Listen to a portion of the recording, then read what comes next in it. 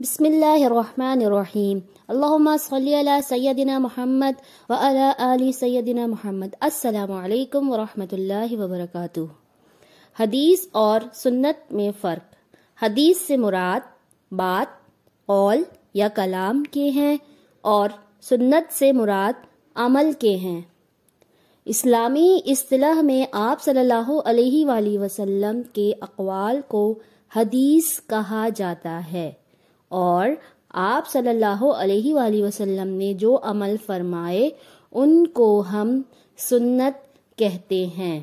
لیکن بعض اوقات سنت کو حدیث اور حدیث کو سنت یعنی دونوں کو ایک ہی معنی میں استعمال کیا جاتا ہے۔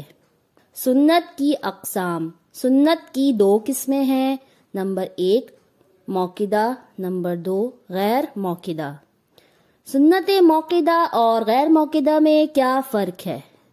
سنت موقدہ اسلامی اصطلاح میں سنت موقدہ وہ عمل ہے جسے حضور اکرم صلی اللہ علیہ وآلہ وسلم نے اکثر بطور عبادت کیا ہو اور کبھی بغیر کسی عذر کے ترک بھی کیا ہو۔ جہاں مطلق سنت بولا جائے اس سے مراد سنت موقدہ ہوتی ہے۔ مثال کے طور پر سیدھے ہاتھ سے پانی پینا، بسم اللہ سے ہر کام شروع کرنا، 3 گھونٹ میں پانی پینا، بستر جھاڑ کر سونا وغیرہ۔